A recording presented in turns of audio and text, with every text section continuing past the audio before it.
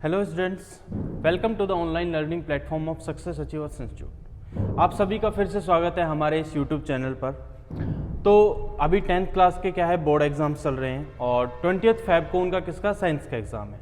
Okay, तो आज जो हम साइंस में ही जो कंट्रोल एंड कोऑर्डिनेशन चैप्टर है उसका क्या करते हैं, हम लोग एक क्विक रिवीजन करते हैं। और इसको हमने ऐसा किया है कि पूरे चैप्टर को ना हमने 20 क्वेश्चंस में तोड़ दिया है कि भैया 20 क्वेश्चंस में आपका पूरा चैप्टर क्या कर देते हैं, हम कंप्लीट कर देते हैं। और इसमें आपके इंपॉर्टेंट क्वेश्चंस हैं और इसमें आपके पूरा टॉपिक भी कवर हो जाएगा।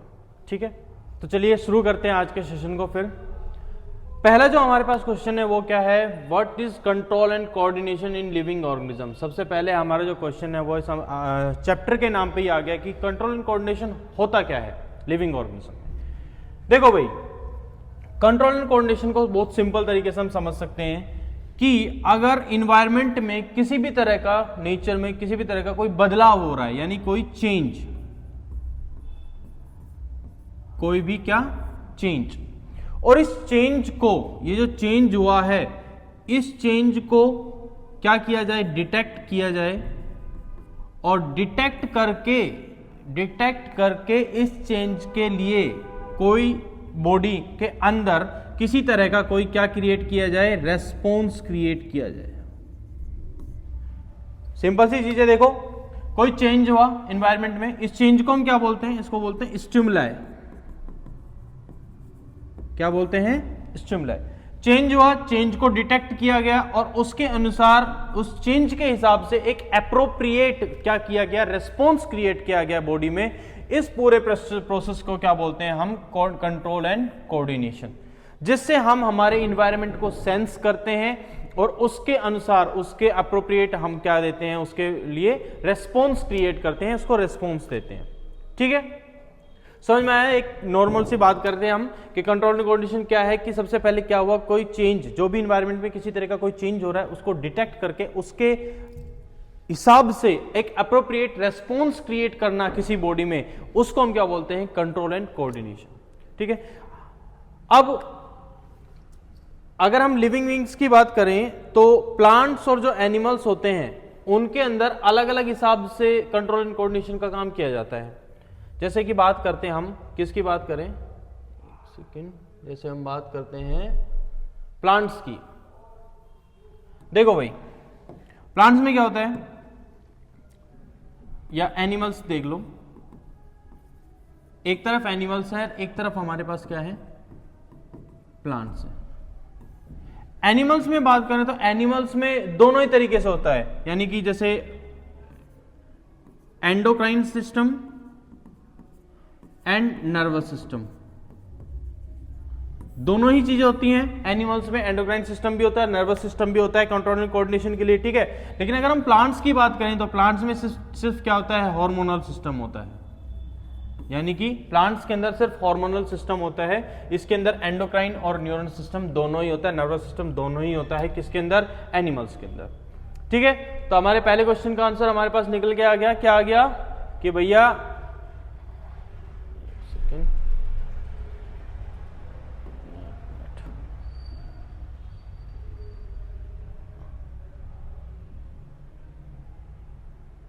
हाँ भाई, क्या क्वेश्चन निकल गया, आंसर निकल के आ गया कि भाई कंट्रोल कोऑर्डिनेशन क्या है, एनवायरनमेंट को सेंस करना, एनवायरनमेंट को डिटेक्ट करना, उसके अंदर जो भी चेंजेस हो रहे हैं उनको डिटेक्ट करना और उनके हिसाब से हमारी बॉडी में एक एप्रोप्रिएट रेस्पॉन्स क्रिएट करना। इसी प्रोसेस को हम क्या बोलते हैं, कंट्रोल एंड कोऑर्डिनेशन। ठीक है, चलिए नेक्स्ट क्वेश्चन समझते हैं हम। अगला क्वेश्चन है, how do plants and animals differ in their control coordination in mechanism. Just अभी इसका आंसर दिया है कि भैया प्लांट और एनिमल कैसे डिफर करते हैं। एनिमल में हमने अभी देखा, क्या देखा, एनिमल के अंदर क्या होते हैं, एक तो नर्वस सिस्टम, प्लस में हमारे पास क्या है, एंडोक्राइन सिस्टम, एंडोक्राइन सिस्टम। लेकिन अगर हम बात करें किसकी, प्लांट्स की, किसकी बात करते हैं, प्लांट्स की बात करें तो प्लांट्स में क्या है, प्लांट्स में सिर्फ हार्मोनल सिस्टम है। ठीक है, अच्छा, एनिमल के अंदर जो नर्वस सिस्टम के अगर हम देखें, जो एक्शंस होते हैं वो कैसे होते हैं, क्विक होते हैं, यानी कि फास्ट होते हैं। ठीक है, लेकिन अगर हम बात करें यहां प्लांट्स के अंदर तो यहां स्लो रेस्पॉन्स होते हैं, बिल्कुल स्लो होते हैं। ठीक है, अब न्यूरॉन वाली चीजें तो प्लांट्स में होती ही नहीं है, तो एक नॉर्मल सा डिफरेंस है किसमें, प्लांट्स में बात करें या एनिमल्स में, कंट्रोल कोऑर्डिनेशन के लिए। अच्छा, इनके अंदर ना मूवमेंट्स होते हैं, मूवमेंट्स जैसे हम पढ़ते हैं कौन कौन से, ट्रोपिक मूवमेंट होते हैं इनके अंदर, ट्रोपिक मूवमेंट, और एक होता है नास्टिक मूवमेंट। ट्रोपिक और नास्टिक मूवमेंट दो तरह के मूवमेंट्स होते हैं जो हम आगे इस चैप्टर में पढ़ेंगे, आगे के क्वेश्चंस में देखेंगे आता है क्या नहीं आता है। ठीक है, तो ये क्वेश्चन समझ में आ गया कि प्लांट एंड एनिमल किस तरह से डिफर करते हैं। भैया एनिमल्स में क्या होता है, नर्वस सिस्टम होता है, एंडोक्राइन सिस्टम होता है, इनके अंदर सिर्फ हार्मोनल सिस्टम होता है, इनके अंदर जो रिएक्शंस होते हैं बहुत क्विक होते हैं, इनके अंदर स्लो रिएक्शंस होते हैं। प्लांट के अंदर मूवमेंट्स होते हैं, कौन कौन से, ट्रॉपिक मूवमेंट होते हैं और कौन से होते हैं, नास्टिक मूवमेंट्स होते हैं। Got it? Okay, next question, what are the main component of nervous system. अब यहां से हम एनिमल्स के अंदर, ह्यूमंस के अंदर नर्वस सिस्टम की बात करते हैं। नर्वस सिस्टम के कंपोनेंट्स देखते हैं भाई क्या क्या है नर्वस सिस्टम में, अभी देख लेते हैं। तो भाई नर्वस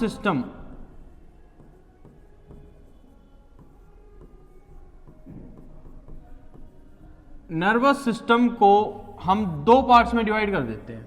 कौन कौन से में, एक तो होता है हमारे पास सीएनएस और एक होता है हमारे पास क्या, पीएनएस। सीएनएस मतलब सेंट्रल नर्वस सिस्टम,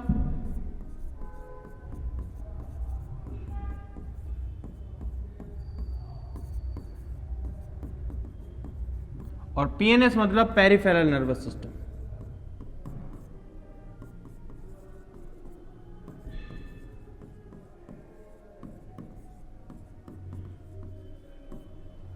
ठीक है, सीएनएस मेन कंट्रोलिंग यूनिट है। जैसे एग्जांपल समझो, आप एक कंप्यूटर है, पहले आते थे ना पीसी होते थे, तो पीसी में क्या है, एक सीपीयू होता था, सेंट्रल प्रोसेसिंग यूनिट, वो पूरा कंट्रोलिंग का काम कर रहा है। तो हमारी बॉडी का जो सीपीयू है वो क्या है, ये सीएनएस है।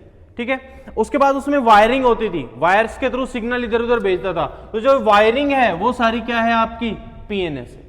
और ये जो ऑर्गन्स है ना, जो टिश्यू हैं, ऑर्गन्स हैं, ग्लैंड्स हैं, इनको आप मान लो ये क्या है, वो कंप्यूटर के पूरे डिफरेंट डिफरेंट जो वो होते हैं, जैसे मॉनिटर है, माउस है, कीबोर्ड है, ये सब वो हमारे क्या हो गए, ऑर्गन्स हो गए। वायरिंग क्या हो गई हमारी, पेरिफेरल नर्वस सिस्टम हो गई, और जो कंट्रोलिंग यूनिट है वो क्या हो गई हमारी, सीएनएस हो गई। ये सीएनएस को फर्दर दो पार्ट्स में बांटा जाता है। कौन कौन से, एक तो होता है क्या, ब्रेन, और एक होता है spinal cord. Spinal cord, brain and spinal cord दोनों ही चीज होते हैं, दोनों ही कंट्रोलिंग का काम करती हैं। स्पाइनल का मेन जो फंक्शन आता है वो किस में आता है, रिफ्लेक्स एक्शन में आता है। समझेंगे इसको, हम आगे पढ़ेंगे रिफ्लेक्स एक्शन क्या होता है तब देखेंगे। ब्रेन मेन थिंकिंग ऑर्गन है, बहुत इंपॉर्टेंट होता है। ठीक है, ब्रेन के फर्दर और पार्ट्स होते हैं, fore brain, mid brain, hind brain, जो आगे हम देखेंगे। ठीक है, पेरिफेरल नर्वस सिस्टम। अब पेरिफेरल नर्वस सिस्टम में ना क्या आती है, न्यूरॉन्स आती हैं, या फिर हम कहें इनको नर्व सेल्स, नर्व्स आती हैं। अब ये ना on the basis of there origin, कि कहां से वो अराइज हो रही हैं, इनको हम दो कैटेगरीज में डिवाइड करते हैं। एक तो होती है क्रेनियल और एक होती है स्पाइनल, क्रेनियल एंड स्पाइनल। जो क्रेनियल होती हैं वो तो होती हैं 12 पेयर्स, कितनी होती हैं, 12 पेयर, और जो स्पाइनल होती हैं वो कितनी होती हैं, 31 पेयर। स्पाइनल कितनी होती है, 31 pair, 12 pair and 31 pair. Cranial neurons, जो क्रेनियल नर्व्स, क्रेनियल मतलब जो ब्रेन से अराइज हो रही हैं, ये जो स्कल होता है हमारा ऊपर हड्डियों के, इसको क्रेनियम बोलते हैं। तो जो ब्रेन से जो न्यूरॉन्स निकल रही हैं उनको तो हम क्या बोलते हैं, क्रेनियल। और जो स्पाइनल कॉर्ड से निकल रही हैं, जो ब्रेन से नीचे पीछे कनेक्टेड स्पाइनल कॉर्ड है, स्पाइनल कॉर्ड से जो नर्व्स निकल रही हैं उनको हम क्या, वो क्या है, स्पाइनल न्यूरॉन्स है। और उनके संख्या कितनी है, नंबर कितना है, 31 पेयर्स।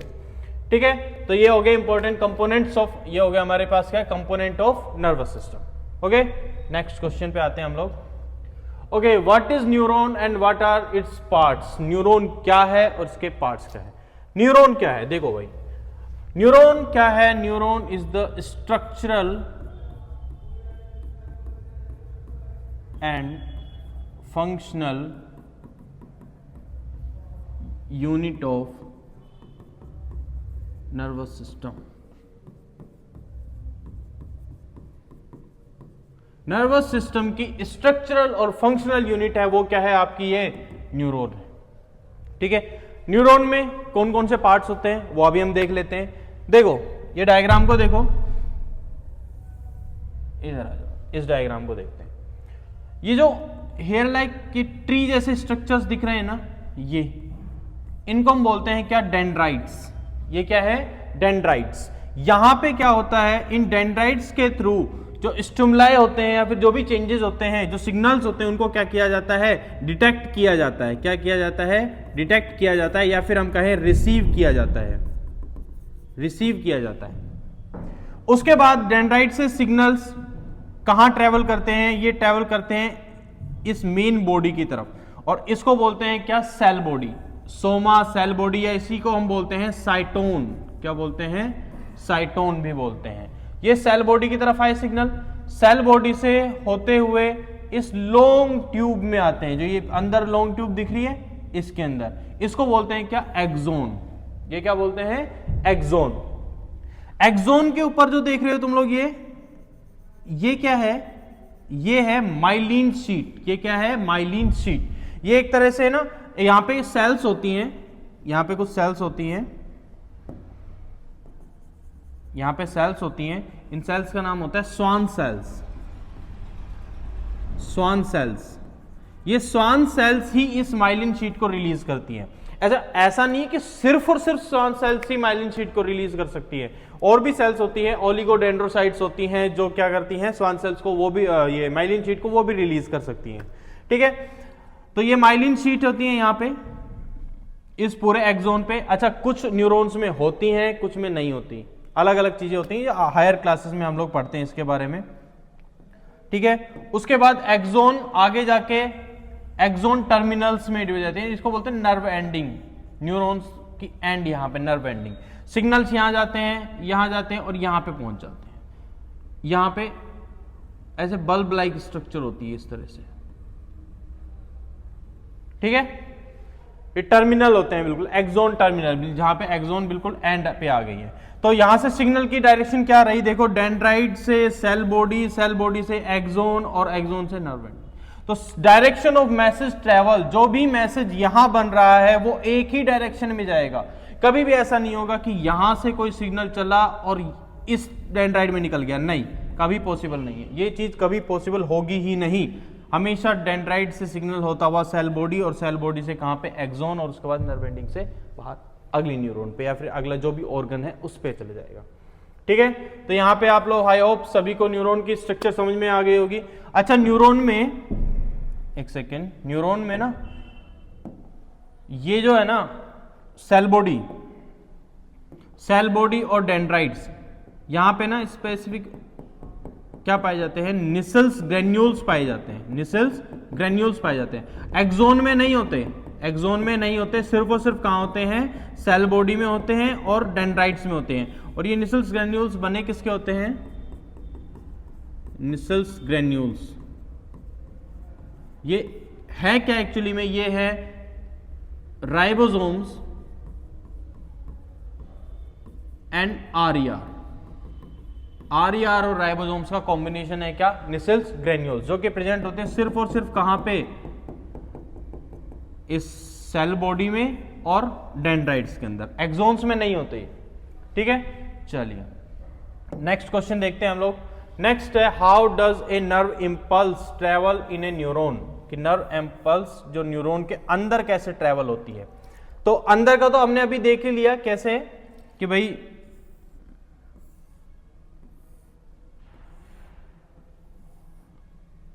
ये एक न्यूरॉन है हमारे पास,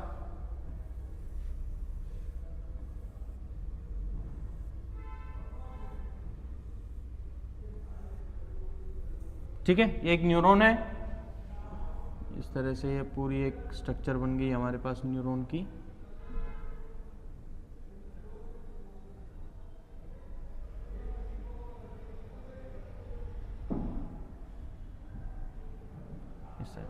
ठीक है, यहां पे क्या है, हमारे पास डेंड्राइट्स हैं,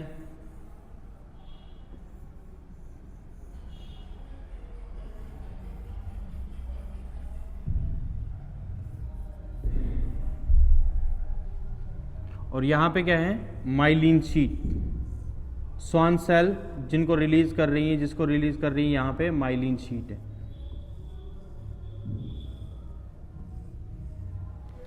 अच्छा, ये जो माइलिन शीट है इनके बीच में ना गैप भी होगा, जैसे यहाँ माइलिन शीट है, यहाँ माइलिन शीट है, यहाँ माइलिन शीट है, यहाँ माइलिन शीट है। तो ये जो बीच में जो गैप दिख रहा है आपको, ये गैप, ये गैप, इस गैप को बोलते हैं nodes of Ranvier. Nodes of Ranvier, nodes of Ranveer, Ranveer के नोड्स हैं ये, ठीक है, ओ मजाक की बात है, नोड्स ऑफ रेनवियर। तो इसमें सिग्नल कैसे ट्रांसफर होता है, ट्रैवल किस फॉर्म में करता है, यहाँ पे न्यूक्लियस आ गया, सिग्नल यहाँ डेंड्राइट्स के द्वारा क्या किया जाता है, डिटेक्ट किया जाता है, रिसीव किया जाता है, ठीक है। उसके बाद ये सिग्नल इसके अंदर जब ट्रैवल करता है तो ये किस फॉर्म में करता है, ये इलेक्ट्रिकल फॉर्म में करता है। किस फॉर्म में करता है, इलेक्ट्रिकल फॉर्म में, और इसको बोलते हैं इलेक्ट्रिकल इंपल्स, इलेक्ट्रिकल इंपल्स की फॉर्म में सिग्नल ट्रैवल किया डेंड्राइट से होता हुआ सेल बॉडी, साइटोन से एक्सोन, एक्सोन से नर्व एंडिंग, ठीक है। तो जो न्यूरॉन है इसके अंदर जो सिग्नल ट्रैवल हो रहा है वो इलेक्ट्रिकल इंपल्स की फॉर्म में हो रहा है, समझ में आ गया, ठीक है। न्यूरॉन के अंदर ट्रैवल कैसे हो रहा है, इलेक्ट्रिकल इंपल्स की फॉर्म में। ओके, चलिए नेक्स्ट क्वेश्चन पे आते हैं। What are the different type of neuron and their function. अच्छा, अब न्यूरॉन का ना क्लासिफिकेशन कर रहे हैं on the basis of their function, की उनके फंक्शन के हिसाब से न्यूरॉन्स कितनी टाइप की हैं। ओरिजिन के हिसाब से तो हमने देख लिया था भाई, क्रेनियल न्यूरॉन्स है और कौन सी अपने पास, स्पाइनल न्यूरॉन्स, ठीक है। अब हम देखते हैं इनके फंक्शन के हिसाब से, फंक्शन के हिसाब से भी देख लेते हैं। फंक्शन के हिसाब से ना न्यूरॉन्स को 3 कैटेगरीज में बांटा हुआ है। 3 कैटेगरीज कौन कौन सी हैं। सबसे पहले कैटेगरीज हमारे पास है सेंसरी न्यूरॉन, सेंसरी न्यूरॉन्स। दूसरी आती है हमारे पास क्या, मोटर न्यूरॉन्स।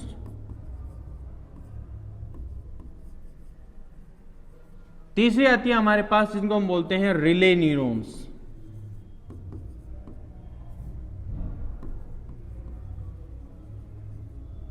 Relay neurons.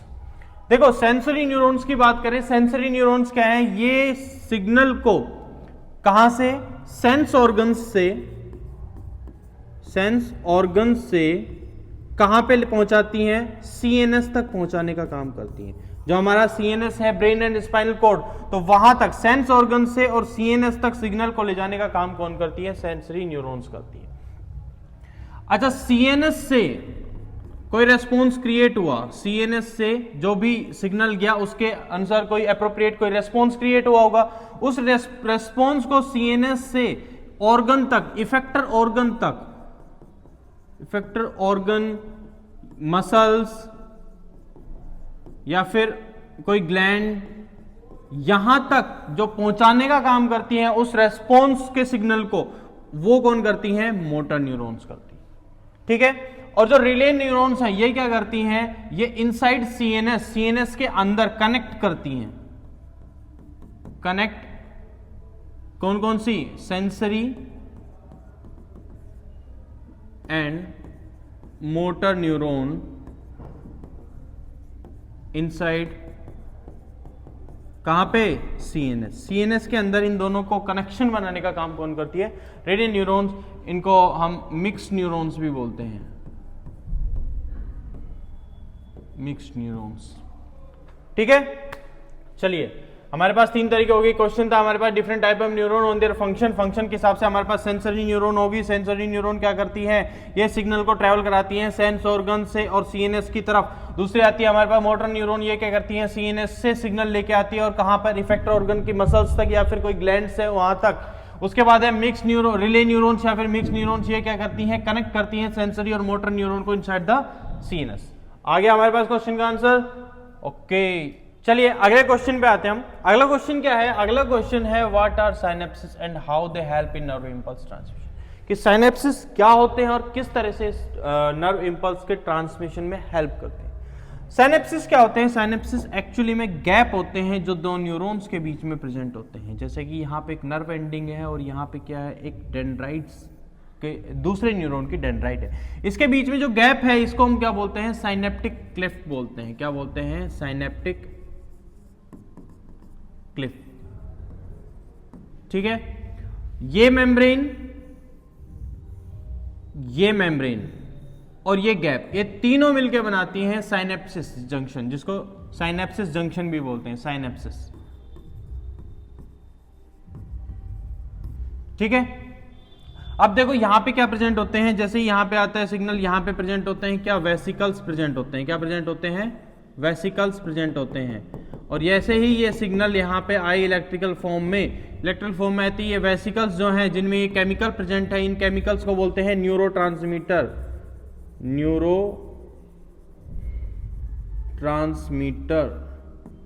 क्या है ये? न्यूरोट्रांसमीटर है। ये न्यूरोट्रांसमीटर वाले जो वेसिकल्स हैं ये इस वॉल के साथ फ्यूज हो जाएंगे और फ्यूज होके इन केमिकल्स को रिलीज कर देंगे। और ये केमिकल जैसे ही यहाँ जो डेंड्राइट्स हैं, यहाँ पे क्या प्रेजेंट होते हैं? यहाँ पे रिसेप्टर्स प्रेजेंट होते हैं जो इन केमिकल को क्या कर लेते हैं? एक्सेप्ट, रिसीव कर लेते हैं, और रिसीव करके वापस से क्या कर लेते हैं? एक इलेक्ट्रिकल इंपल्स क्रिएट कर देते हैं। और ये इलेक्ट्रिकल इंपल्स आगे जाती है, आगे फिर न्यूरॉन में जाएगी, आगे फिर नेक्स्ट नर्व एंडिंग में जाएगी, नर्व एंडिंग में आके फिर से ये सिस्टम।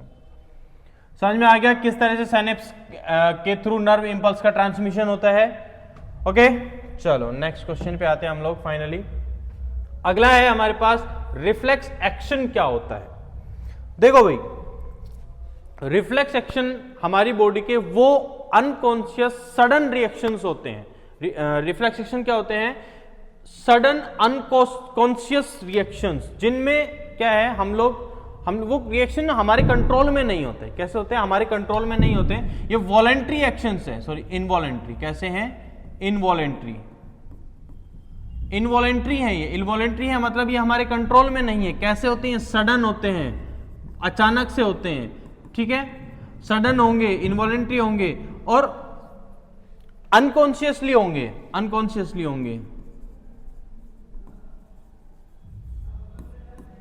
सडन अनकॉन्शियसली हो रहे हैं, इनवॉलेंट्री एक्शंस है। ये किसी भी प्रकार के ना डेंजर वगैरह हो तो उससे हमको तुरंत, हमारी बॉडी को कोई नुकसान ना हो, उस चीज से बचाने के लिए। जैसे आपके एक एग्जांपल दे रखा है, देखो मान लो यहां पे क्या हुआ, इसके ऐसे कोई हॉट प्लेट, गरम प्लेट एकदम बढ़िया चल रहा है, कढ़ाई से गरम पकौड़े तल के आ रहे हैं। इसने भूख लग रही है भाई को, बहुत तेज भूख लग रही है। भाई ने क्या किया? गरम पकौड़े टच कर लिए। अब उन पे क्या तेल लगा हुआ था, थोड़ा सा ढंग से छाना नहीं था, तेल लगा हुआ था। अब वो जैसे ही तेल लगा यहाँ पे, तुरंत फील हुआ, सिग्नल गया, तुरंत इसने अपना हाथ तुरंत हटाया। अच्छा, ये चीज कैसे हुई? बिना इसके, मतलब इसको सोचने का भी टाइम नहीं मिला कि भाई मेरे को हटाने की नहीं। इससे पहले तो इसने क्या कर लिया? हाथ हटा लिया। अब ये अगर वो थोड़ा सोचने का टाइम लेता, कॉन्शियसली करता, वॉलेंट्री एक्शन करता, तो वॉलेंट्री एक्शन क्या होते हैं? थोड़े स्लो होते हैं as compare to involuntary actions. तो इनवॉलेंट्री एकदम तुरंत होगा ये, और हाथ को क्या कर लेगा? हटा लेगा इससे। या फिर जैसे हम चल रहे हैं ना, कांटा लगा तुरंत हमारा पैर हटा, मतलब हमको रिएक्शन करने का टाइम भी नहीं मिलता, हम तुरंत अपने क्या करते हैं? पैर हटाते हैं, कांटा लगते ही हटाते हैं ना। यही चीज क्या है? ये रिफ्लेक्स एक्शंस है कि किसी भी जो हार्मफुल या फिर कैसे भी जो सडन रिएक्शंस होते हैं हमारी बॉडी के, हम जा रहे हैं, पीछे से किसी ने आवाज दी, एकदम से आवाज दी, हम तुरंत एक बार को तो मुड़ के देखेंगे ही, है ना? ऐसे कहा कि भाई ओ पीछे बच, पत्थर आ रहा है, तो पीछे एक बार तो झुक के देखेंगे, एक बार तो पहले झुकेंगे बाद में देखेंगे। किसी ने बोला ना कि यार किसी ने कुछ मारा है पीछे से, तो हम पहले झुकेंगे, है ना? वो क्या हो गया? हमारे रिफ्लेक्स एक्शन, हमारी बॉडी के वो एक्शन जो हमारी बॉडी को ना नुकसान होने से बचाते हैं किसी भी सिचुएशन में। आंखों में लाइट में फ्लैश मारते, एकदम से हमारी आंखें पलकें बंद हो जाती हैं, आईलिड्स क्लोज हो जाती हैं, वो क्या है? रिफ्लेक्स एक्शन है। ठीक है, एग्जाम्पल ये हॉट प्लेट वाला आ ही गया होगा समझ में। Okay, next. अच्छा, ये ना, ये काम जो है ना स्पाइनल कॉर्ड के द्वारा होता है, क्योंकि ब्रेन तो क्या है? सोचने लग जाएगा, ब्रेन इतना तेज काम नहीं कर पाता। जो स्पाइनल कॉर्ड में थिंकिंग का काम नहीं है, इसका काम है तुरंत करो, निपटाओ भैया काम जितना भी है, सोचने का काम ब्रेन करता रहेगा अपने आप। Okay, how does reflex arc work? Reflex arc क्या होता है, उसको वर्क क्या होता है, वो भी हम देखेंगे अभी। अच्छा, इस सब के बाद ना क्या होता है, जब ये सारी चीज हो लेती है, हाथ हट जाता है, इसके बाद स्पाइनल कॉर्ड मैडम जो है हमारी, ये अपने ब्रेन के पास भेजती है कि देख भाई अभी अभी ये हुआ है तो अब तुमको दर्द होगा, और अगली बार से ये चीज करते समय क्या करना, थोड़ा ध्यान रखना, है ना। तो इसके बाद एक सिग्नल जाएगा किसके पास, ब्रेन के पास, कि भाई देख अभी अभी ये घटा है, अब घटा है तो उस चीज को अगली बार ध्यान रखना, थोड़ा संभल के करना है। इसलिए कहते हैं ना, दूध का जला छाछ को भी फूंक फूंक कर पीता है, वही वाली चीज है ये। तो अगली बार ब्रेन ध्यान रखता है ऐसी सिचुएशन आने पे कि दोबारा ये चीज ना हो। चलो अब हम बात करते हैं किसकी, रिफ्लेक्स आर्क की। रिफ्लेक्स आर्क क्या है? रिफ्लेक्स आर्क क्या है? जब ये रिफ्लेक्स एक्शन हुआ उस समय जो नर्व इंपल्स ने जो रास्ता ट्रेवल किया, जो पाथ उसने लिया, उस पाथ को ही हम क्या बोलते हैं, रिफ्लेक्स आर्क बोलते हैं। जैसे एक स्टिमुलस आया, स्टिमुलस आया, स्टिमुलस आया, स्टिमुलस आ गया, स्टिमुलस आ गया, उसको रिसेप्टर ने एक्सेप्ट कर लिया, रिसेप्टर ने एक्सेप्ट कर लिया। अच्छा, हमारी बॉडी में ना रिसेप्टर्स होते हैं सेंस ऑर्गन्स के ऊपर। सेंस ऑर्गन्स जानते हो? सेंस ऑर्गन्स 5 होते हैं, जैसे आई, ईयर, नोज, स्किन, टंग, 5 होते हैं ना सेंस ऑर्गन्स। इनसे अटैच होते हैं क्या, रिसेप्टर्स अटैच होते हैं। जैसे आई से हमारे फोटो रिसेप्टर होते हैं, ठीक है। ईयर से हमारे फोनो होते हैं, नोज से हमारे ऑल्फैक्टरी रिसेप्टर होते हैं, ठीक है। स्किन से हमारे क्या होते हैं, स्किन से कई होते हैं। स्किन से जैसे थिग्मो होता है, थिग्मो फॉर टच, थर्मो टेम्परेचर के लिए, एक होता है नोसिसेप्टर, ये नोसिसेप्टर किसके लिए होता है, ये पेन के लिए होता है। टंग में हमारे क्या होते हैं, टेस्ट बर्ड्स होते हैं, जो कैसे इनको क्या बोलते हैं, गस्टेटरी रिसेप्टर। ये क्या होते हैं, अलग अलग रिसेप्टर्स होते हैं, ठीक है। अब यहां पे रिसेप्टर ने सिग्नल को एक्सेप्ट किया। अच्छा, रिसेप्टर से और स्पाइनल कॉर्ड तक सिग्नल लेके कौन जाएगा, हमें पता है कि सेंसरी न्यूरॉन लेके जाती है कि भैया ये तो हो गई सीएनएस, स्पाइनल कॉर्ड तो क्या हो गई, सीएनएस हो गई, और सीएनएस ये रिसेप्टर क्या हो गया, हमारा सेंस ऑर्गन हो गया। तो सेंस ऑर्गन से सीएनएस तक ले जाने का काम कौन कर रहा है, हमारी सेंसरी न्यूरॉन कर रही है, ठीक है। और यहां पे सिग्नल कोई रेस्पॉन्स क्रिएट हुआ, उसको इफेक्टर ऑर्गन की मसल्स तक लाने का काम कौन कर रहा था, मोटर न्यूरॉन कर रही है। बिल्कुल सही बात है साहब, हम पढ़ के आए हैं अभी अभी। उसके बाद ये जो इंटर न्यूरॉन है, इन्हीं को हम क्या बोलते थे, रिले न्यूरॉन भी बोल रहे थे। रिले न्यूरॉन, रिले रेस होती है ना, रिले रेस होती है कि भैया एक वो डंडा सा पकड़ के भागते हैं, वो अगले वाले बंदे को पकड़ाते हैं, फिर वो उसको पकड़ाता है, वो भागता है, ऐसे रिले रेस चलती है 400 मीटर की। तो वो रिले वाली चीज है कि यहां से इसने सिग्नल छोड़ा, यहां पे कोई रेस्पॉन्स क्रिएट हुआ और इसको रेस्पॉन्स को इसने पकड़ लिया, और ये रेस्पॉन्स मोटर न्यूरॉन लेके आ गई कहां पे, इफेक्टर ऑर्गन। तो इस पूरे इसमें जो इसमें इफेक्ट अपने जो इंपल्स है, इलेक्ट्रिकल इंपल्स, उसने जो रास्ता ट्रेवल किया, यही क्या कहलाता है, आपका रिफ्लेक्स आर्क कहलाता है। और यही है पूरा रिफ्लेक्स आर्क। ओके, चलिए आते हैं हमारे 10th क्वेश्चन पे। 50% यहां पे हमारा हो जाएगा चैप्टर। 10th क्वेश्चन पे आते हैं। रिफ्लेक्स एक्शंस जरूरी क्यों है भाई? बहुत सिंपल है, हार्मफुल सिचुएशन में।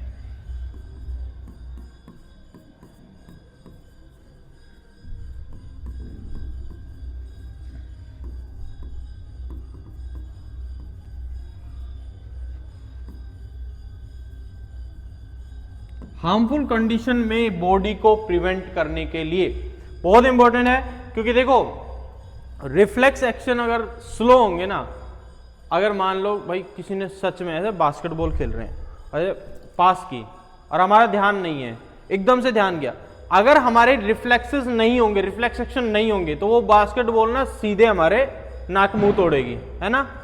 उस चीज से बचाने के लिए ही रिफ्लेक्स एक्शन इंपॉर्टेंट होते हैं, क्योंकि जैसे ही वो हम आते देंगे हम तुरंत बचेंगे। कितने ही स्लो हो, हमारे रिफ्लेक्स एक्शन ना बहुत तुरंत वर्क करते हैं।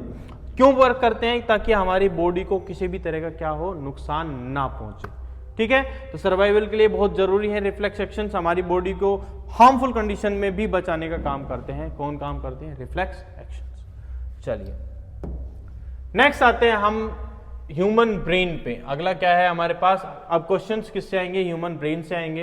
ये ह्यूमन ब्रेन है, इसका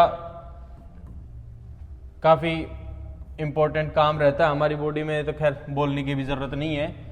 ह्यूमन ब्रेन के मेन पार्ट कौन कौन से हैं? मेन पार्ट की बात करें तो देखो भाई, सबसे पहले इसके 3 पार्ट हैं, फोर ब्रेन,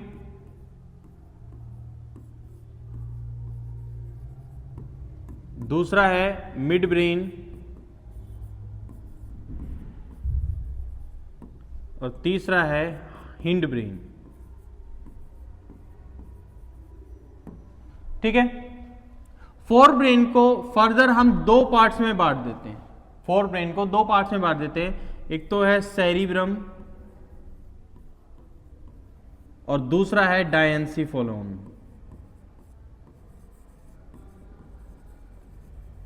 डायएन्सिफेलोन, सेरिब्रम और डायएन्सिफेलोन।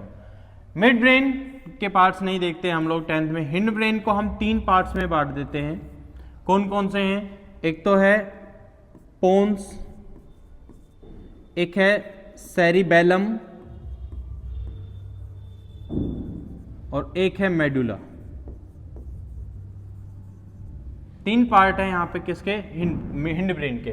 तो फोर ब्रेन के हमारे पास हो गए सेरिब्रम, डायएन्सिफेलोन। मिड ब्रेन के कोई नहीं छोड़ो, हिंड ब्रेन में पोन्स, सेरिबेलम और medulla.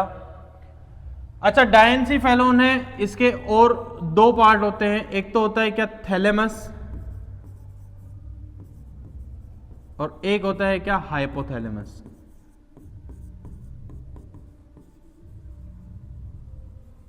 Hypothalamus, thalamus and hypothalamus.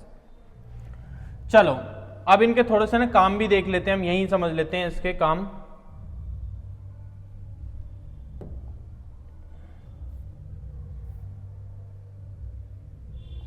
देखो भाई, जो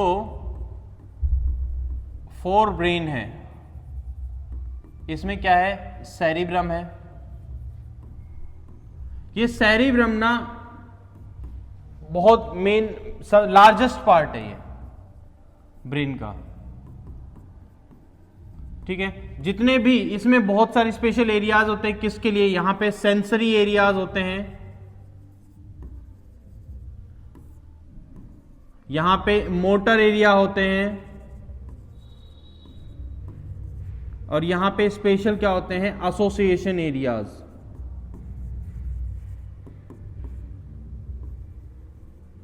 एसोसिएशन एरियाज, सेंसरी एरियाज होते हैं, जो सेंस ऑर्गन्स जो सेंसरी न्यूरॉन सिग्नल लेके आती है वो यहां पे लाती है। मोटर एरियाज होते हैं जहां से सिग्नल दिए जाते हैं। एसोसिएशन एरियाज होते हैं, इनके बीच में होते हैं, और ये क्या करते हैं? यहाँ पे हमारी आईक्यू रह जाती है, यहाँ पे हमारी मेमोरी यहीं पे ही रहती है। ठीक है, ये है किसका? सेरिब्रम का। अच्छा, सेरिब्रम ना, हमारा जो सेरिब्रम है ब्रेन का ना, वो 2 पार्ट में बटा हुआ है। तो हेमिस्फीयर बोलते हैं हम इसको, राइट हेमिस्फीयर और लेफ्ट हेमिस्फीयर। तो जो हमारे ब्रेन का जो राइट हेमिस्फीयर है ये हमारी बॉडी के लेफ्ट पोर्शन को कंट्रोल करता है, और जो हमारे ब्रेन का जो लेफ्ट हेमिस्फीयर है ये हमारी बॉडी के राइट पोर्शन को कंट्रोल करता है। यानी कि जो कंट्रोल अगर हम देखें तो जैसे यहाँ पे ये एक हेमिस्फीयर है और ये एक हेमिस्फीयर है, तो ये हेमिस्फीयर जो है ये हमारी बॉडी के इस वाले राइट वाला लेफ्ट को कंट्रोल कर रहा है, और लेफ्ट वाला किसको कंट्रोल कर रहा है? राइट पोर्शन को कंट्रोल कर रहा है। अगर यूं हम खड़े हैं तो जो राइट वाला पोर्शन है ब्रेन का ये किसको कंट्रोल कर रहा है? हमारे left portion of the body. और जो लेफ्ट पोर्शन ऑफ ब्रेन का वो हमारे किसको कंट्रोल कर रहा है? Right portion of the body. ठीक है, अच्छा, ये दोनों हेमिस्फीयर जो होते हैं सेरिब्रम के, जो दोनों हेमिस्फीयर एक टिश्यू से जुड़े होते हैं, कनेक्टिव टिश्यू से जुड़े होते हैं, जिसको हम क्या बोलते हैं? इसको हम बोलते हैं, वैसे ये है नहीं आपके, फिर भी आप देख लो, ये हेमिस्फीयर जुड़े होते हैं, इसको बोलते हैं कॉर्पस कैलोसम।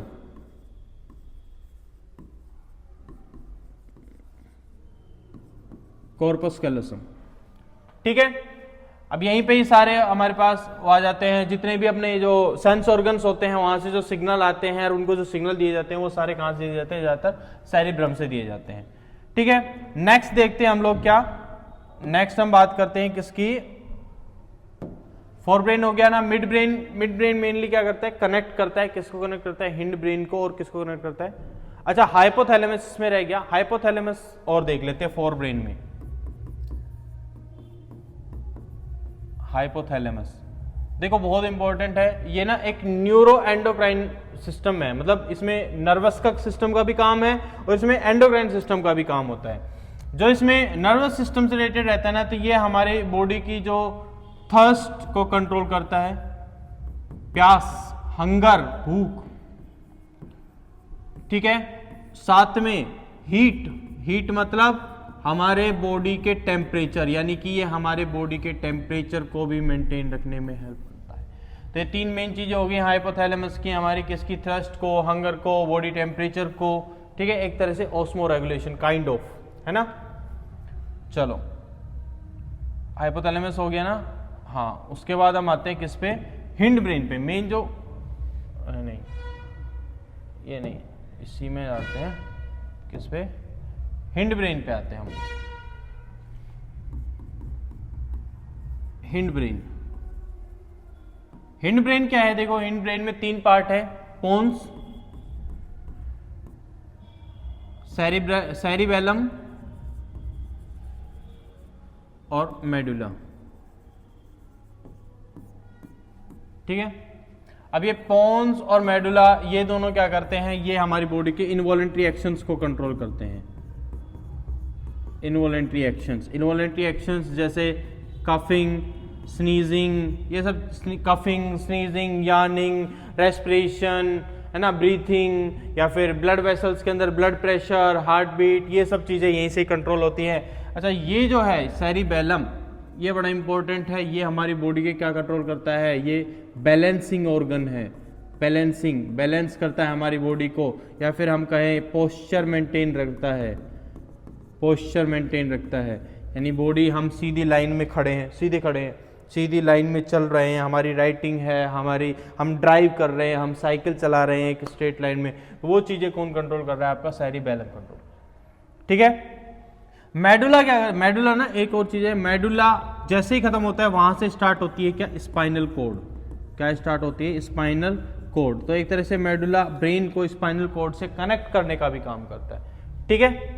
चलिए नेक्स्ट आते हैं भाई किस बात पे, हमारी जो बात है वो है ब्रेन को control centre of the body क्यों कहा जाता है। भाई ब्रेन को क्यों कहते हैं, बहुत सिंपल सी बात है, क्योंकि यहीं से ही हमारी बॉडी पूरी तरह से कंट्रोल की जाती है, यानी कि जितने भी सेंस ऑर्गन्स हैं, सेंस ऑर्गन्स, ये सारे अपने सिग्नल किसको भेजते हैं, ब्रेन को देते हैं, ब्रेन के पास ही जाता है। इनको जो रेस्पॉन्स है वो भी कौन देता है, ब्रेन ही देता है। मैक्सिमम हमारी जो मेमोरी का काम है, हमारी जो याददाश्त है वो भी कहाँ पे रहती है, हमारे ब्रेन के द्वारा ही कंट्रोल की जाती है।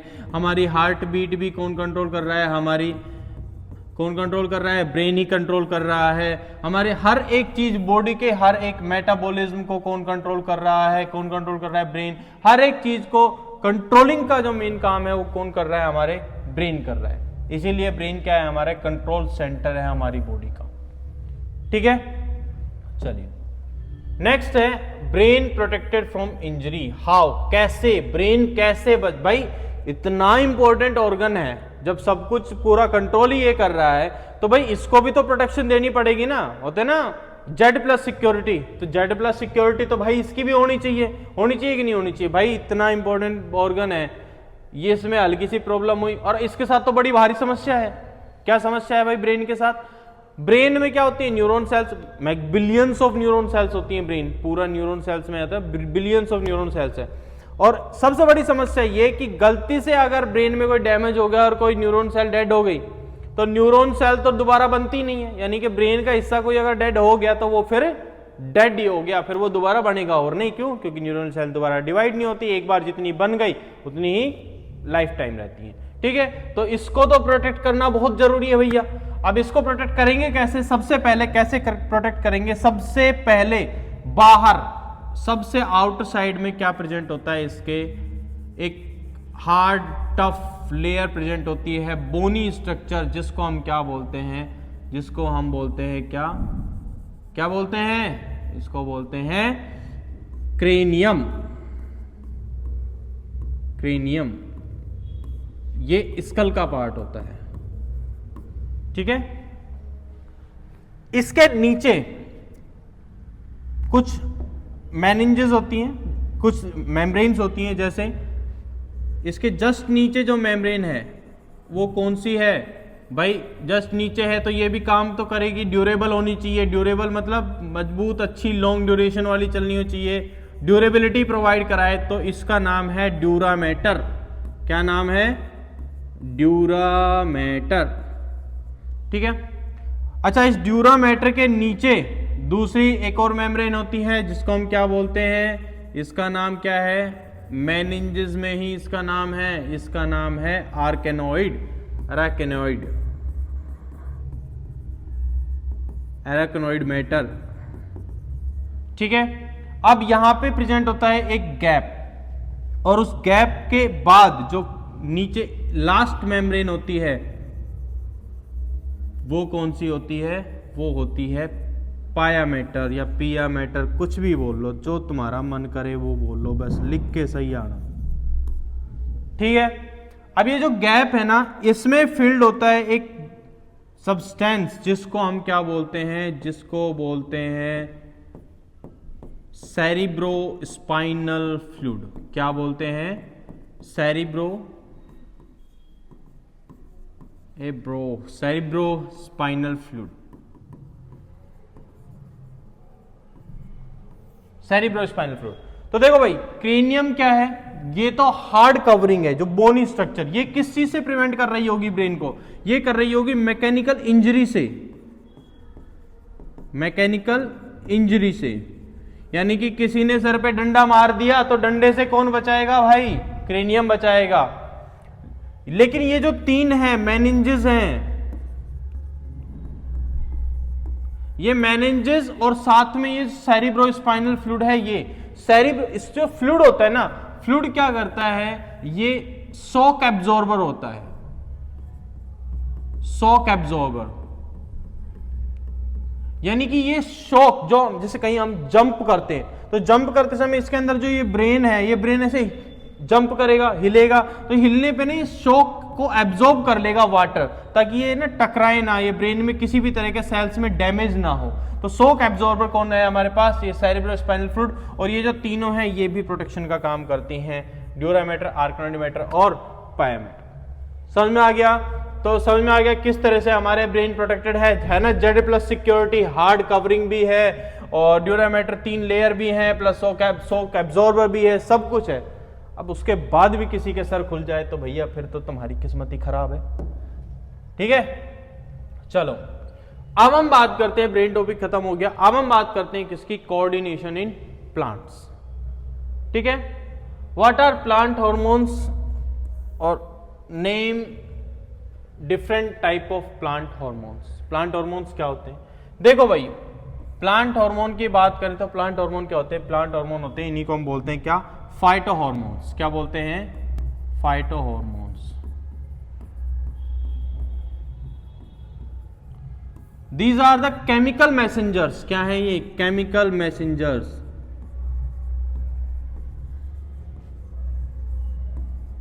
ये क्या है? केमिकल मैसेंजर्स है, प्रेजेंट होते हैं किसमें? In plants. और इन्हीं के थ्रू प्लांट के अंदर क्या होता है?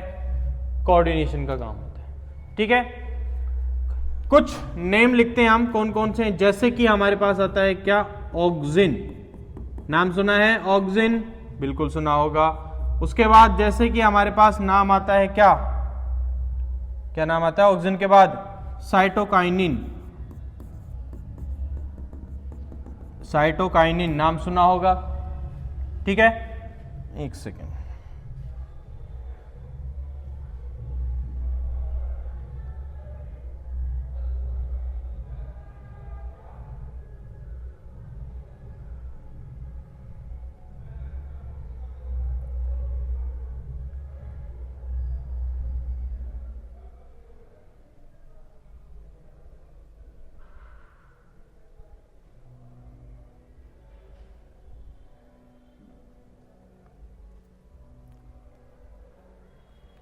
चलो भाई, हाँ ओके। तो इसके बाद क्या आता है हमारे पास? तीसरा कौन है? जिबेरेलिन। कौन सा है? जिबेरेलिन।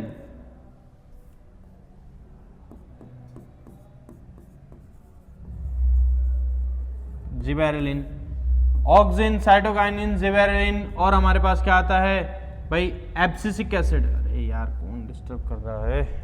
एक सेकेंड।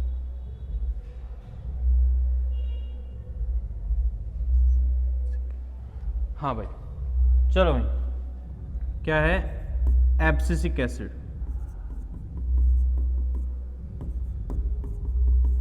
ठीक है, और एक है इथाइलिन।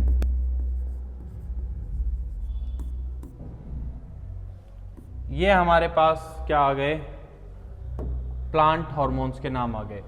फाइट हार्मोन्स बोलते हैं, केमिकल मैसेंजर्स होते हैं, जैसे कि ऑक्सिन है, साइटोकाइनिन है, जिबेरेलिन है, एब्सिसिक एसिड है, इथाइलिन है।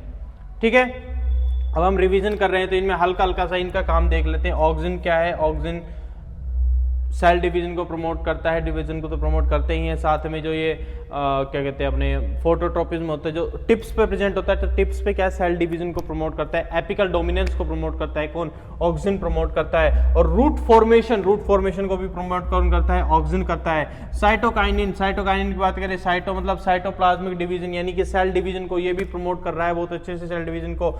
ये क्या करता है, सूट फॉर्मेशन को करता है। जब टिश्यू कल्चर पढ़ते हैं उसमें देखते हैं कि भाई पहले ऑक्सिन का लेवल बढ़ाते हैं, फिर साइटोकाइनिन का लेवल बढ़ाते हैं, रूट बनाने के लिए ऑक्सिन बढ़ाते हैं, शूट बनाने के लिए साइटोकाइनिन बढ़ाते हैं, ऐसे। जिबेरेलिन क्या करता है, जिबेरेलिन मेन काम क्या है, ये है तो ये तीनों ही क्या, ग्रोथ हार्मोन। ये तीनों ही क्या है, ग्रोथ हार्मोन। ये क्या है, सीड जर्मिनेशन को करता है, यानी कि जो डोरमेंसी ऑफ सीड है, डोरमेंसी पीरियड, उसको खत्म करता है। एब्सिसिक एसिड ये क्या है, ग्रोथ इनिबिटर हार्मोन है, ये ग्रोथ इनिबिटर हार्मोन है।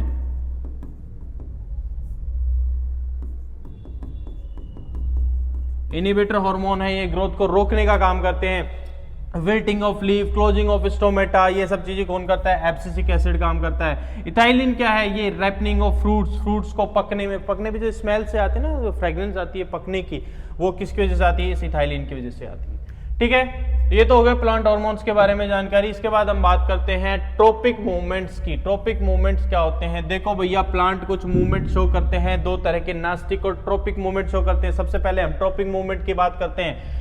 ट्रोपिक मूवमेंट क्या होते हैं, ये डायरेक्शनल मूवमेंट होते हैं। कैसे डायरेक्शनल हैं, डायरेक्शनल मूवमेंट्स हैं, यानी कि ये जो स्टिमुलस है उसकी डायरेक्शन से इफेक्ट होते हैं। ठीक है, ये ग्रोथ डिपेंडेंट हैं, ग्रोथ डिपेंडेंट हैं। ठीक है, ये जो ट्रोपिक मूवमेंट है ना, हम 5 तरह के ट्रोपिक मूवमेंट पढ़ते हैं। चलो एक बार नाम लिख लेते हैं कौन कौन से हैं ट्रोपिक मूवमेंट। सबसे पहले हम देखते हैं क्या, फोटोट्रोपिज्म।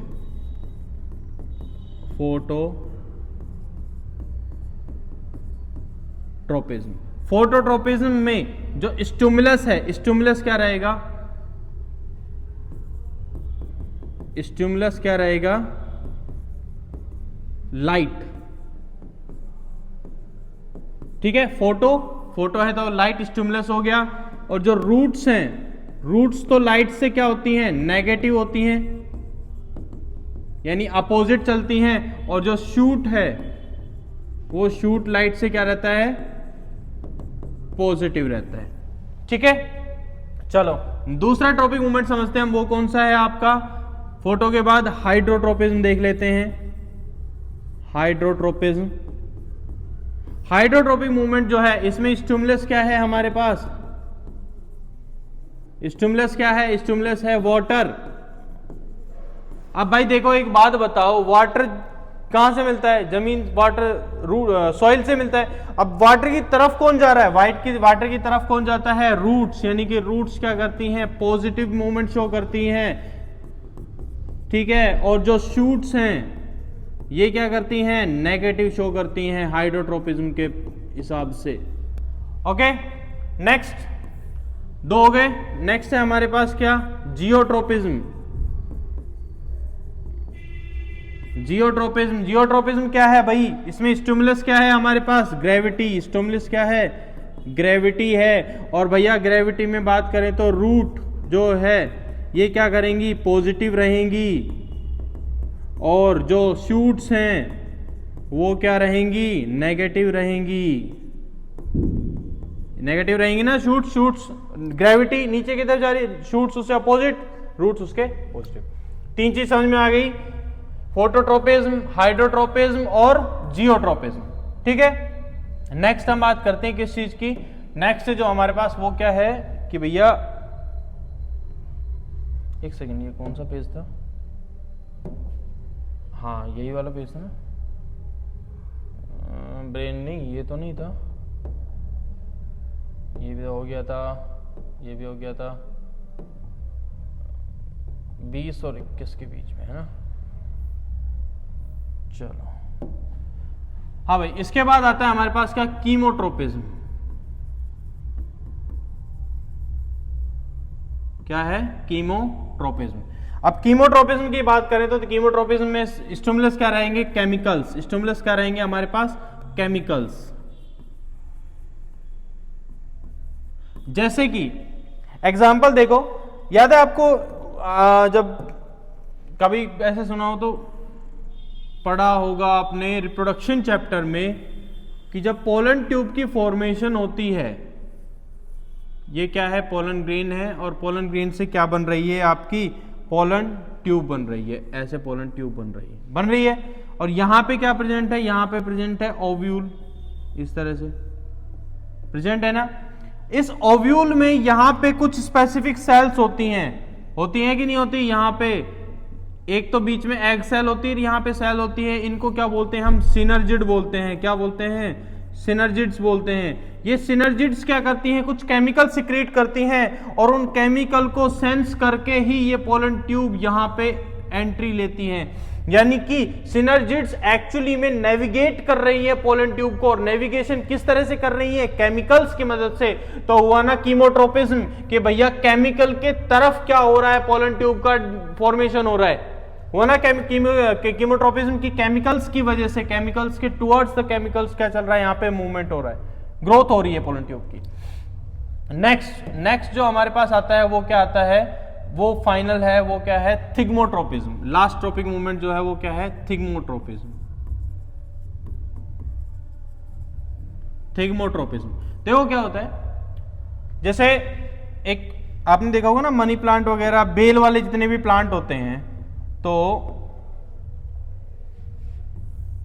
एक पिलर है, ठीक है, एक पिलर है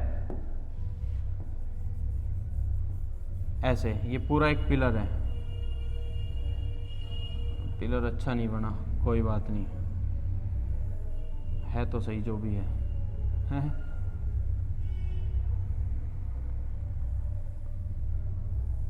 चलो, इस पे क्या है, कोई बेल चढ़ रही है, प्लांट की कोई बेल चढ़ रही है, इस तरह से ऐसे,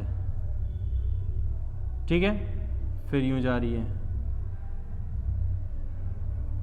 इस तरह से जाती है ना।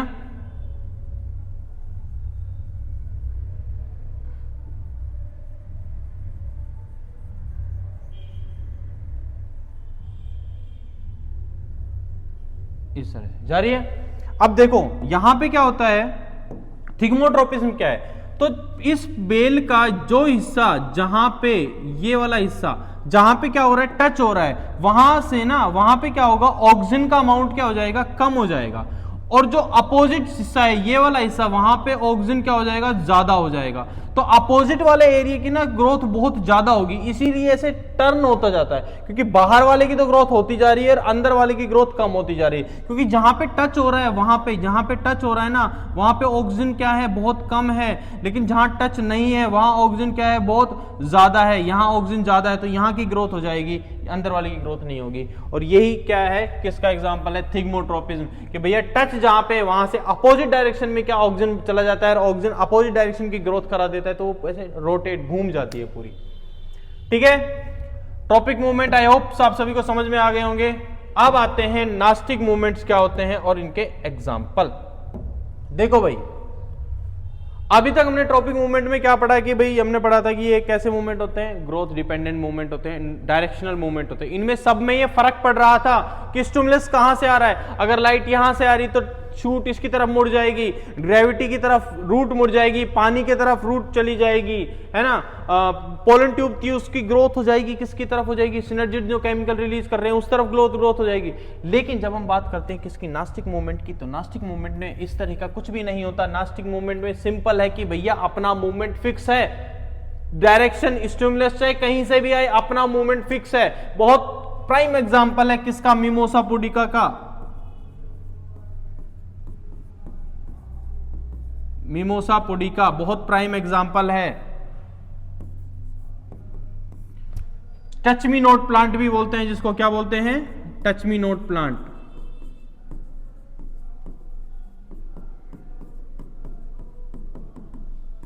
क्या है भाई, क्या होता है टच मी नोट प्लांट? भैया एक प्लांट है, छोटी छोटी स्मॉल लीव्स होती हैं इसमें, ऐसे देखा भी होगा, कभी टच भी करके देखा होगा, इस तरह से।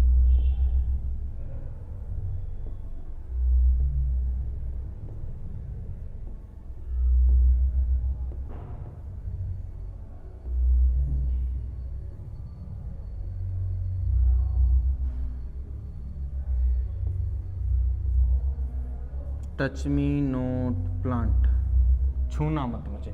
क्यों? क्योंकि अगर जो टच किया तो भैया अपन है ना ऐसे मुरझा जाएंगे।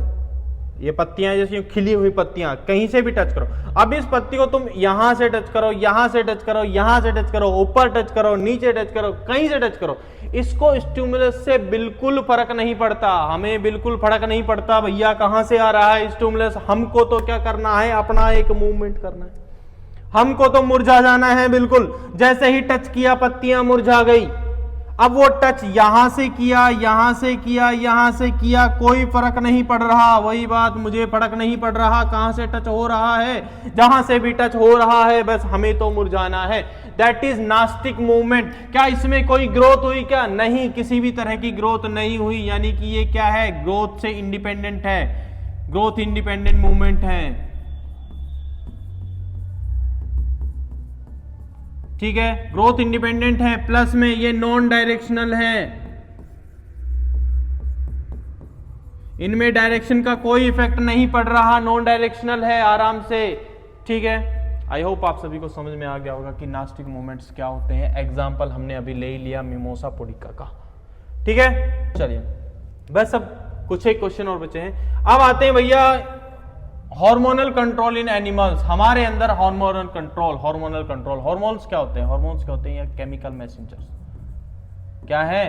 केमिकल मैसेंजर्स हैं जो ह्यूमंस में या फिर एनिमल्स में प्रेजेंट होते हैं, जो डिफरेंट काइंड ऑफ कोऑर्डिनेशन का काम कराते हैं। Chemical messenger present in the animals function as different coordination. Hormones coordination का काम करते हैं हमारी बॉडी में, जैसे इंसुलिन है या फिर ग्रोथ हार्मोन है या फिर थायरोक्सिन हार्मोन है। अलग अलग हार्मोन के अलग अलग काम है, अलग अलग ग्लैंड से रिलीज होते हैं। सारी चीजें हम अभी इसमें देखेंगे। ये देखिए, major endocrine glands in the human body. Human body की सबसे मतलब कुछ जो मेन ग्लैंड्स हैं उनके हम नाम लिखते हैं, उनके कुछ एक हार्मोन्स, क्योंकि हम थोड़ा जल्दी कर रहे हैं तो कुछ एक हार्मोन्स देख लेते हैं कौन कौन से हैं। तो सबसे पहले हम बात कर लेते हैं किसकी? हम बात कर लेते हैं पिट्यूटरी की। पिट्यूटरी, इसको हम क्या बोलते हैं? मास्टर ग्लैंड बोलते हैं। मास्टर ग्लैंड बोलते हैं, क्योंकि ये बाकी जो भी ग्लैंड्स है हमारी बॉडी की सबके सिक्रीशन को क्या करती है? कंट्रोल करती है। पढ़ा होगा पहले भी। इसके मेन हार्मोन्स की बात करें तो जैसे कि इसका हार्मोन क्या है? FSH है, यानी कि follicular stimulating hormone, follicular stimulating hormone.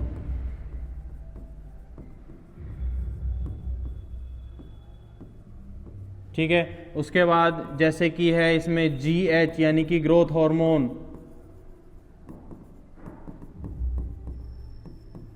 ठीक है, उसके बाद आपके पास और आ जाते हैं TSH यानी थायराइड स्टिमुलेटिंग हार्मोन। बहुत सारे हार्मोन हैं पिट्यूटरी के, बहुत हार्मोन है। ठीक है, ये कुछ एग्जाम्पल आप याद रखना। क्या? FSH follicular stimulating hormone, GH growth hormone, TSH thyroid stimulating hormone.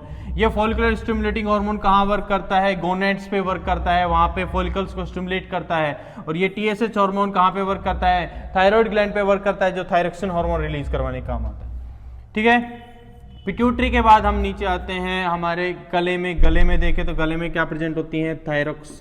Thyroid gland present होती हैं। और ये थायराइड ग्लैंड क्या रिलीज करती हैं? थायरोक्सिन हार्मोन रिलीज करती हैं। क्या रिलीज करती हैं? थायरोक्सिन हार्मोन रिलीज करती हैं। इस थायरोक्सिन हार्मोन का एक बहुत इंपॉर्टेंट जो कंपोनेंट है वो क्या है? आयोडीन। क्या है? आयोडीन।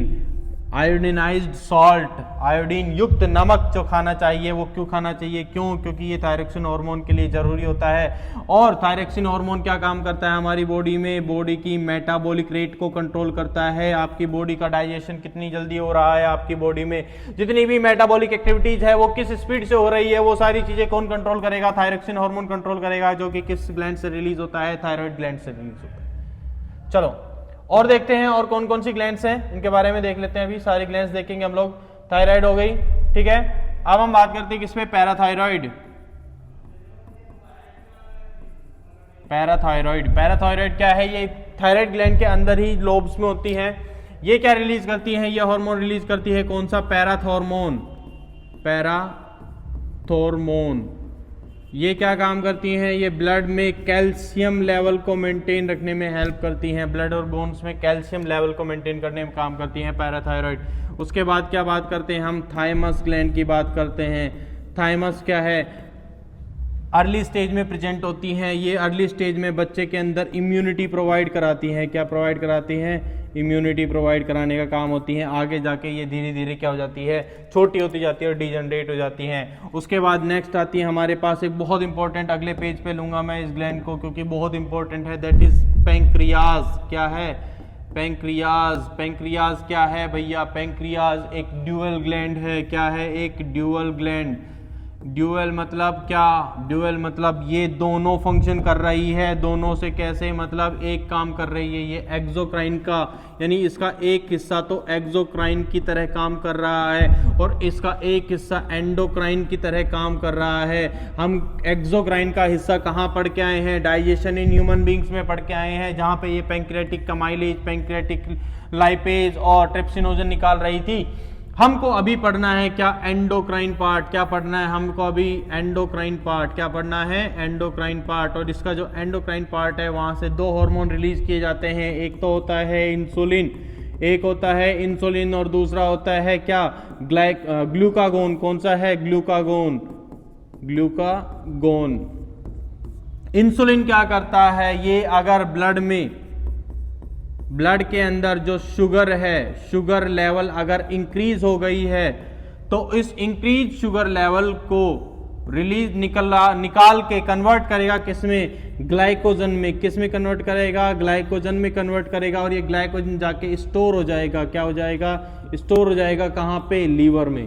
कहाँ पे जाके स्टोर हो जाएगा? लीवर में हो जाएगा। इसके बाद बाई चांस हमारे ब्लड में क्या हो गई? ग्लूकोज की कमी हो गई, खाने की कमी हो गई। अगर शुगर कम होने लगी तो ब्लड शुगर मान लो क्या हुआ? गिरने लग गई, लो होने लग गई। तो इसमें क्या होगा? ये ग्लूकागोन काम करेगा इस लीवर पे, लीवर से निकालेगा किसको? ग्लाइकोजन को निकालेगा और ग्लाइकोजन को तोड़ के किस में तोड़ देगा? ग्लूकोज में। किस में तोड़ देगा? ग्लूकोज में। और किस में मिला देगा? ब्लड में मिला देगा और इस तरह से वापस ब्लड में ग्लूकोज आ जाएगी। ठीक है, सॉरी। तो इस तरह से आपके ब्लड में क्या होता है? रेगुलेट होता है ब्लड के अंदर ब्लड शुगर लेवल। तो ये है पैंक्रियास का काम।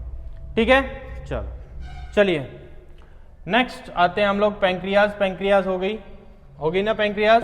पैंक्रियास के बाद अगली ग्लैंड की बात करते हैं, जो कौन सी है? पैंक्रियास के बाद कौन सी आती है हमारे नीचे? एड्रेनल की बात करते हैं हम। एड्रेनल बहुत इंपॉर्टेंट है। इसका हार्मोन कौन सा है? एड्रेनलिन। एड्रेनलिन हार्मोन, इसको हम फियर, फाइट और फ्लाइट हार्मोन भी बोलते हैं। Fear, fight and flight hormone. ठीक है।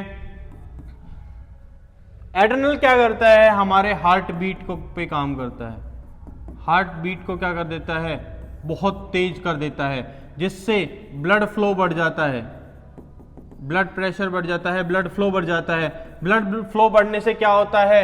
हर सेल्स को ऑक्सीजन क्या होती है? ज्यादा मिलने लगती है। और ज्यादा ऑक्सीजन मिलेगी तो जो एनर्जी है वो भी क्या बनने लगेगी? ज्यादा बनने लगेगी, ज्यादा रेस्पिरेशन। एड्रिनल रश होता है जब हम कुछ एकदम से डर रहे हो, चाहे लड़ाई हो। देखो भैया, लड़ाई हो गई, सामने 10 बंदे खड़े हैं, तुम अकेले हो, हीरो बन के तुम तो आ गए लड़ने।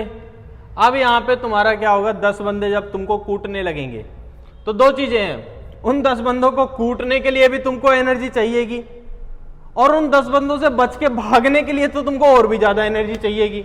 तो दोनों ही एनर्जी एड्रेनलिन प्रोवाइड कराएगा, इसीलिए इसको क्या बोलते हैं, फ्लाइट। फ्लाइट मतलब भैया ऐसा नहीं कि उड़ना, लेकिन इतनी तेज भागना कि मानो उड़ रहा है, दुम दबा के भागने ना, तो उसके लिए भी एनर्जी चाहिए।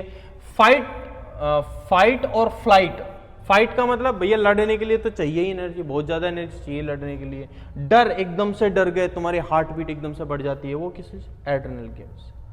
ठीक है, चलो ये कहाँ प्रेजेंट होती है, किडनी के ऊपर प्रेजेंट होती है, जो दोनों किडनी होती है ना इसके यहाँ पे प्रेजेंट होती है एड्रेनल ग्लैंड दोनों पे, किडनी कैप एक तरह से 1 पेयर होती है। उसके बाद जो आती हैं वो आती हैं टेस्टिस एंड ओवरीज। क्या आती हैं, टेस्टिस एंड ओवरीज।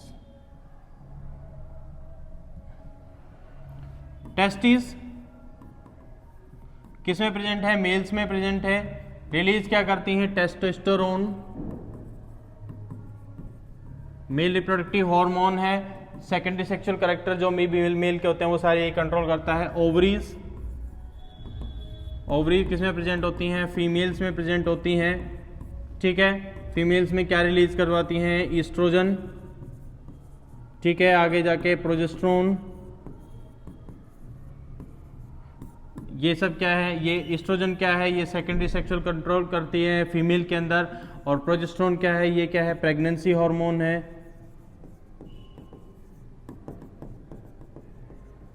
ठीक है, चलो यहाँ पे आपका जो हार्मोनल कंट्रोल है लगभग वो कंप्लीट हो जाता है। आपके जितने भी मेन इंपॉर्टेंट हार्मोन्स थे हमने सारे पढ़ लिए, सबके बारे में थोड़ी थोड़ी जानकारी ले ली। क्योंकि ये थोड़ा सा क्विक वाला टाइम है इसलिए मैंने थोड़ा जल्दी जल्दी बताया, क्योंकि रिवीजन चल रहा है अभी आपका, बिल्कुल परसों तो पेपर है, 20 तारीख को पेपर है आपका। चलो, नर्वस सिस्टम कैसे डिफरेंट है एंडोक्राइन सिस्टम से, भाई हमें पता है कि नर्वस सिस्टम में क्या है, नर्वस सिस्टम में क्या होता है, क्विक रेस्पॉन्स होते हैं। ठीक है, और यहाँ पे कैसे होते हैं, स्लो होते हैं as compare to nervous system की बात करें। यहाँ पे क्या होता है, शॉर्ट ड्यूरेशन के होते हैं, और यहाँ पे क्या हो रहा है, यहाँ पे शॉर्ट ड्यूरेशन नहीं है, यहाँ पे लॉन्ग ड्यूरेशन। ड्यूरेशन क्या होती है इनकी, लॉन्ग ड्यूरेशन। जैसे ग्रोथ हार्मोन है भैया, ग्रोथ काम कर रहा है, 18-20 साल तक चलती जा रही है ग्रोथ। ठीक है, यहाँ पे सिग्नल इलेक्ट्रिकल फॉर्म में हो रहा है, इलेक्ट्रिकल इंपल्स की फॉर्म में, और यहाँ पे क्या है, हॉर्मोन्स के थ्रू, है ना। यहाँ पे क्या काम कर रही हैं, न्यूरॉन सेल्स काम कर रही हैं, और यहाँ पे क्या काम कर रही हैं, एंडोक्राइन ग्लैंड्स काम कर रही हैं।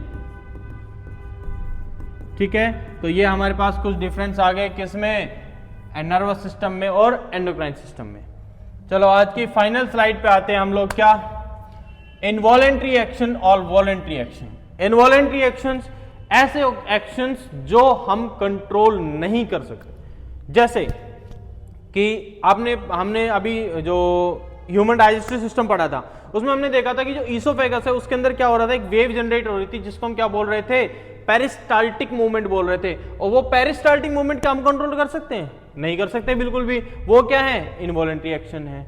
लेकिन ये मेरे जो हाथ का मूवमेंट है, ये जो मैं हाथ मूव कर पा रहा हूं, ये मैं कंट्रोल कर रहा हूं, ये क्या है, वॉलेंट्री एक्शन है। तो ऐसे एक्शंस जो हम कंट्रोल कर सकते हैं वो कैसे हैं, वॉलेंट्री हैं, और जो हम कंट्रोल नहीं कर सकते वो क्या है, इनवॉलेंट्री। हार्ट बीट रोक सकते हो क्या, कि यार बहुत साल हो गए तेरे को धड़कते धड़कते, 10-1 मिनट का रेस्ट ले ले फिर धड़क लियो, ऐसा हो सकता है क्या भैया, पता लगा 10 मिनट रोक ली तो हो गया, पर रुकेगी नहीं। क्यों, क्योंकि हमारे इनवॉलेंट्री एक्शन से, ये हमारे कंट्रोल में नहीं है। समझ में आ गया। चलो, तो यहां पे आपका एक क्विक रिवीजन कंप्लीट होता है इस चैप्टर का। आई होप मैंने इसमें लगभग सारे ही टॉपिक्स को कवर कर लिया है, जितने भी क्वेश्चंस इससे बन सकते थे, अच्छे इंपॉर्टेंट क्वेश्चंस जो भी हैं वो सारे हो गए हैं। और इस चैप्टर को अगर आप एक बार क्विकली आप रिवाइज कर लोगे तो इसमें से कुछ भी नहीं छूटेगा आपका, है ना। बोर्ड में आपका अच्छी तैयारी होगी और अच्छे से पेपर करना है। चलिए, और बाकी की और भी जो भी है जो चैप्टर्स हैं उनकी जो वीडियोस हैं वो भी हमारे इस यूट्यूब चैनल पे है, वो आप देखिएगा, क्विक देख लीजिएगा ताकि आपको थोड़ा सा रिवीजन हो जाए। ठीक है, चलिए, थैंक यू।